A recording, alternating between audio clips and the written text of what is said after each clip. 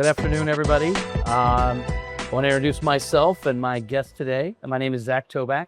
I'm the VP of Business Development in Hospitality and Lifestyle for Diversified. Hospitality and lifestyle. How you got that is beyond me, but that's another story. And we're going to have just a casual conversation today with a dear friend of mine, a colleague, a mentor, someone very special from ABC News, Mike Strein. Mentor, you never said that when I worked for you. Oh, heavens to Betsy. But we're just going to kind of talk about your incredible career. You're retiring. You're doing your amazing victory lap here, meeting and talking to people you've worked with for 4 decades, which is pretty amazing. But, you know, Mike's got over 40 years experience in engineering, 37 years with the Walt Disney Company. 36 and change. 36 and change. Are you going to make it to 37? This will probably be the last, after they see this, that'll be it. So. But you know, it's an amazing career that Mike has had. And we're going to talk a little bit about sort of the evolution of what he's seen through the broadcast industry, what's coming next, you know, sort of some of the highs and lows. And so I just, you know, we'll just start out just kind of easy and simple. And, you know, I know probably one of the biggest evolutions for you personally and for the ABC television network was the transition from SD to HD, and you really led that charge. Oh, yeah. And led that charge for other networks to follow. So I think it would be interesting just kind of talk a little about like that evolution and how that came about. Yeah, I was lucky enough to start where there were just waves of change. I mean, I started, it was a lot of old timers at NAB, so, you know, you talk about old stuff, they all, you know, agree with you. But, you know, I started in analog television, and there was a migration every few years. So we went to SD digital, a couple flavors of SD in there, component composite. Then we went to HD, and then we went from HD to IP, and then IP to building a whole new facility. So, you know, I've been able to ride that wave of change each time. It's what an engineer dreams of doing, and I've been so lucky to have that. Right. But if you look back, you know, in the beginning, but we used to write POs on typewriters, you know, on white, pink, and yellow, and then the vendors would come by to collect them. That was before we had a fax machine. Then we got a fax machine that we could fax them the orders. So a lot of the old time, you know, vendors and sales reps know about that sort of stuff. So it's been such change. And in analog, you know, we all had greenies. We didn't have phones.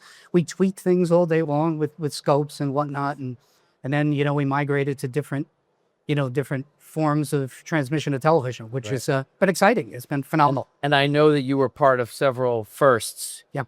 In HD specifically, and network television, sports. What were some of those like challenges, hurdles? Like what, just share an anecdote of something you remember that you were sort of like, I can't believe this is going to happen or not happen. Well, there were so many. If people go back to, there were format wars, right? When in HD started, we wanted to be a progressive company. Many other companies were 1080 guy. We were 720p. So we had to do demos of content to make sure that was even viable. We went to Japan. We called it 720p promotional tour. We had to go see all these different companies to beg them to make equipment for us because we felt progressive was, and it's been proven out, everything is 1080p now. So that progressive was what the future of television should be. All displays were progressive, not progressive compresses better. And so we would do, you know, we'd go out and demo and just get the content. So I went to so many different, you know, Academy Awards and Super Bowls, but the highlight was really Victoria's Secret fashion show. And, you know, when I never forget, I think my boss said I worked harder in that than anything in my life. I left the building. I saw it on a cab. ABC produces Victoria's Secret fashion show. I went back in the building. We got to do this. And it's funny. I'll tell you the rest of that story is that I called up. I found out who the producer was. So I said, we want to bring a demo camera down there. And they said, okay, fine. You can bring a camera down. And they said, you could set it up on the red carpet. You could do that. So we go down and we set it up on the red carpet, and then they see Tad Scripter comes walking up. And Tad was the EIC for Academy Awards for years. I knew Tad really well. And he goes, bring that inside. We'll put it on the end of the runway. Right. So we brought that in, and we got some of the best footage. I mean, people were dying for that footage. It was pretty incredible. Yeah. That's great. That's a great story. Yeah. I think what's interesting though, and you touched on this a little bit just now when you were talking about going and talking to manufacturers and vendors and the influence. And I know from my experience working with you and walking this floor and meeting every different kind of manufacturer at different levels, the influence that you specifically, Mike, have had to many of these companies and your suggestions, the changes that were needed to be made on the ABC television network side to influence those workflows. I think I think we've talked about this many times, but I think just it's worth repeating the value of being here and what this brings at this show. No question. I mean, I've been lucky enough to be empowered by, there were several different regimes as I've been working. You were one of them. And people have put their trust in me, luckily enough, to, help lead the technological effort, which then meant going to see vendors and say, this is where we want to go, what we want to do, and do you want to partner with us to get there? And what I always emphasized, if I brought my executive team with me and their executive team was there as well, they could meet eye to eye and realize it's not just some engineer. I thought I was a checkbook. You brought me. Well, you were the executive team too. You had a title, so I had to use you. Didn't we could talk about representative of that title another time. But no, you've been great, Jack. Don't get me wrong. But yeah, I mean, and you accomplish a lot at these shows, and sometimes they're stressful. I don't think you even realized how you would go in, especially if you have issues. And this show in IBC, you go in, the executive presence is there. And if you have an issue you need to talk about with that vendor, you bring it up there and it typically gets resolved because their executive will say, get that done. Right. And that's how we got it done. And I think what's interesting is we're talking about leading change, right? And you're talking about talking to a company, asking them to basically make a change, right? And obviously what comes with change is skepticism, right? And so just sort of share a little bit about, when you were running engineering and you're basically trying to push the boulder up a hill internally now to make that change and fight against the skepticism of why should we be doing that or not, right? Well, you had to sell your own teams first, and this is the right thing to do, which could be a challenge. And then you got to go to the, vendor and hope that, and we would check in with other folks. Believe me, I ran labs for a number of years. So I would, CBS and I would talk, NBC and I would talk, we'd trade things back and forth. And, we'd kind of, figure out if these were the right products for all of us. And I think vendors knew that too. So I think that helped drive change too, to realize it's not just talking, not just us saying this is what we should do. It's really an industry, what the industry needs to do. Right. And you do that also by industry consortiums. So I've always worked with SEMTI, AMWA, various different, industry-based places where you align on what you think the technological change should be, as opposed to, just doing technology for technology's sake. It's like that. It's sort of the business part of the business, right? So that's been a key thing for me too. And I think that it's so apparent when you're at a show like this and you see your colleagues from the other networks. And yes, you might not want to share exactly what you're working on, but at the end of the day, you're all really working on the same thing. You do want to share with it. And, I tell people, we work for news now. So there's always a news perspective that we're competing. But the engineers aren't competing with one another. We want to share and explain what our issues were. It's kind of, after I retire, it's kind of sort of what I want to do a little bit is say what worked, what didn't work, and let's talk about these sorts of things. Disney is not the most open company in terms of explaining what we do. They want to keep the magic inside the company, which is fine. But, I don't have a gag order when I leave, so I can... And I don't have one either anymore. Yeah, exactly. There we go. It's a perfect opportunity. So obviously, I think a huge part of your career is innovation. And I know certainly when I got a degree in broadcast television, I never thought that I would have a patent, a U.S. patent. I have been very lucky and fortunate enough to receive several of them by way of you. You have a few, 57. I don't know anyone else who has 57 U.S. patents. So congratulations to that. But just sort of talk a little bit about that process, what gets you there, then having that patent and either using it or the what that means. And just share, I think also what you did with that patent process to bring it back to the people who worked at the company to reward them. Because I think that's a story that's just so fabulous. Sure. So I think anybody that works in engineering, broadcasting, whatever, has ideas. And typically you go to a vendor and say, this is what we want to do. And the vendor decides, hey, it's a pretty good idea. They make a product and, it winds up being good for the company. So Disney at one point, the Disney team in LA, which patents everything, all the rides and the Imagineering and all those sorts of things. They came to us at one point and said, well, they wanted more patents in media and how do we work? And we said, we have an idea. We go to a vendor. They say, don't do that. Come to us. And so we started a process, and they actually had a process, but we got part of that process of, you come up with an idea, what you want to do. You run it past them first, So we have actually people in our building now that are paralegals that work on that team. And you vet the idea. And, before you go see a vendor. And then we write it up and we work with the team. It becomes a Disney Inventor Award first. And it's like, you remember that PBS thing? How does a bill become a bill, right? So it starts as an idea and then it becomes an Inventor Award. And then they process it through the patent attorneys. And then it goes out and becomes a patent eventually, like 3 years later. And if it passes muster. So we've been able to do that a lot. And we've had ideas. I think all the ones I gave away, I probably had another 50 that we gave away long before we knew about this process. Right. So that has been a lot of fun and it's very rewarding. Yeah. So actually to see something like that, plus it's $1,000 each. So, not a bad thing. You remember that? You get the check too, right? You get a little statue with a Mickey and a sorcerer. And let's inside. talk about how much work he actually did on that hat. Look, you winner. What are we giving him? I got the $1,000. I mean, look, obviously, it's interesting because like awards in journalism are very prestigious, right? And there are singular awards and then there are participation awards. But I think for me, certainly seeing your name on those patents, it's your idea.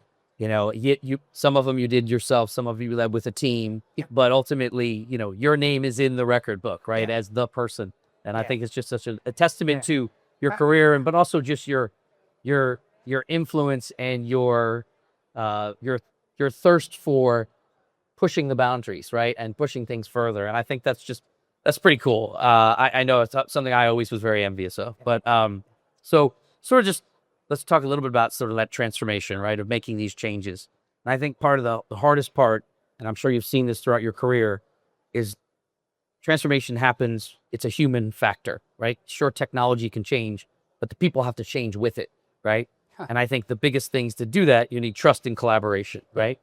Sort of share some of the projects that maybe worked and maybe didn't work and why they were as challenging. Oh, we won't talk about the ones that didn't work. So, no, I think, we had labs for a number of years. And when I first met you, we had labs, which I think we have a lab in our new building too. But it was a place for technology to be demonstrated operations. So we could bring something in that we thought was a good idea, and then we'd bring in the production teams and say, what do you think of this? And that really drive change forward. I mean, I remember starting with nonlinear editors the first time we saw an Avid, and people to embrace these sorts of things. And then, we had the ability, when we used to do remotes and things, because what we have now in New York is just news. At one point we had news, sports, and entertainment. And, we could go out to events and try things out and bring something out. We've some new still store, some new thing here or there. And they would embrace it and typically say, we can't do a show without this. Right. And sometimes you would go somewhere and they'd like it so much you couldn't go home.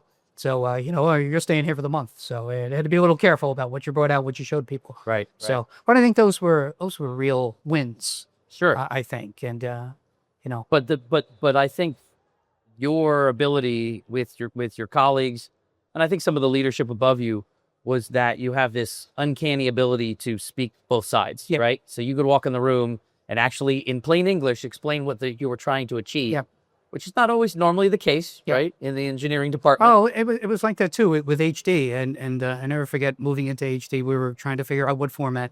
And Disney had a board of governors meeting where the president of ABC Network wanted to accentuate to the rest of the business why we wanted to do these different formats. So I went down to a board of governors meeting. This is when Michael Eisner was CEO.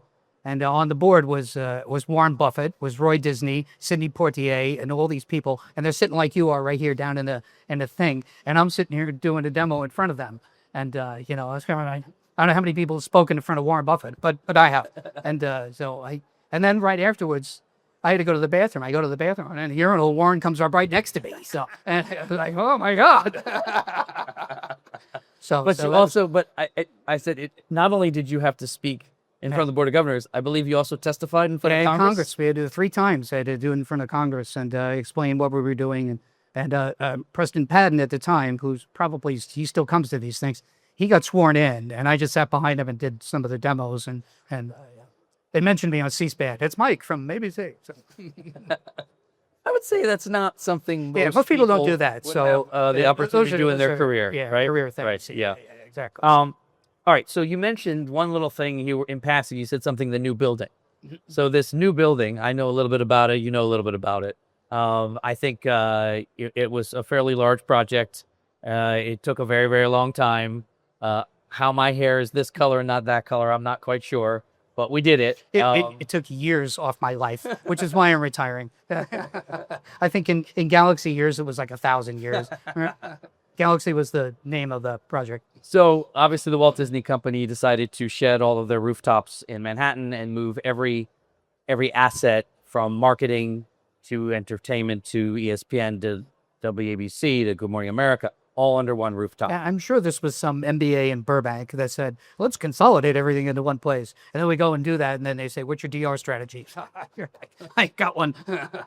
Which was a challenge. Yeah. So that project, obviously, for me, getting to work with you on that, we would go and speak to all the manufacturers and the partners. And the integrators. And you would say the same thing. This is a once in a lifetime career opportunity. Yeah. Right? And you've done a lot of things in your career. Yeah. Was there a point in that project where you thought to yourself, there's no way this is going to happen? Or did you believe the whole time that we were going to get there? Oh, completely. Absolutely. I took everything that I knew from making mistakes at the Uptown campus for decades and knowing what I wanted to do in that building. So I knew we had all these directions. We wanted to drew it out. Yeah, we wanted to accomplish. Yeah, I got but, for that. yeah, there you go.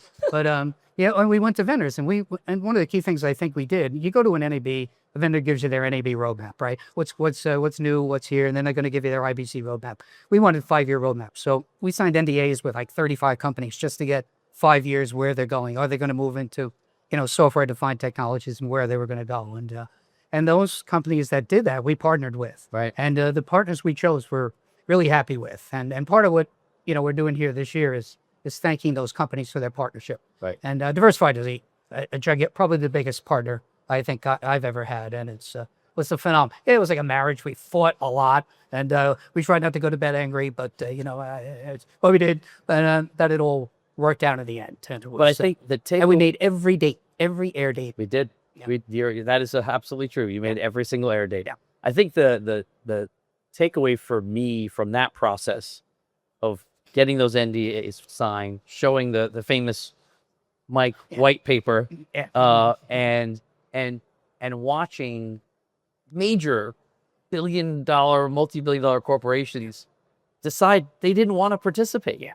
It certainly did. And that was to me just absolutely fascinating to be sitting in a room with the CEO or CTO of X or Y company, and they're like, yeah, we're not interested. Yeah. And then the other company signs up, and then they're, well, wait. I think we were interested in that. And like, well, you missed the boat. So we and that was, I think, for me, at least, certainly in my career, to have a seat at the table, right? Have the influence and have everyone sitting there listening to you, right?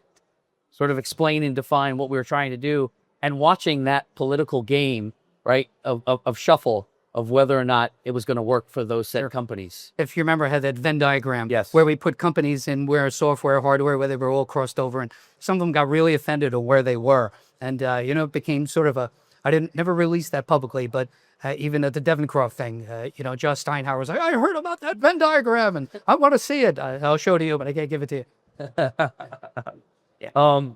So talk about a little bit just about the future, right? Like, you're leaving the industry professionally as a employee. You're going to obviously stay connected. You're going to be a very much an influence, I'm sure, for a lot of different people and companies.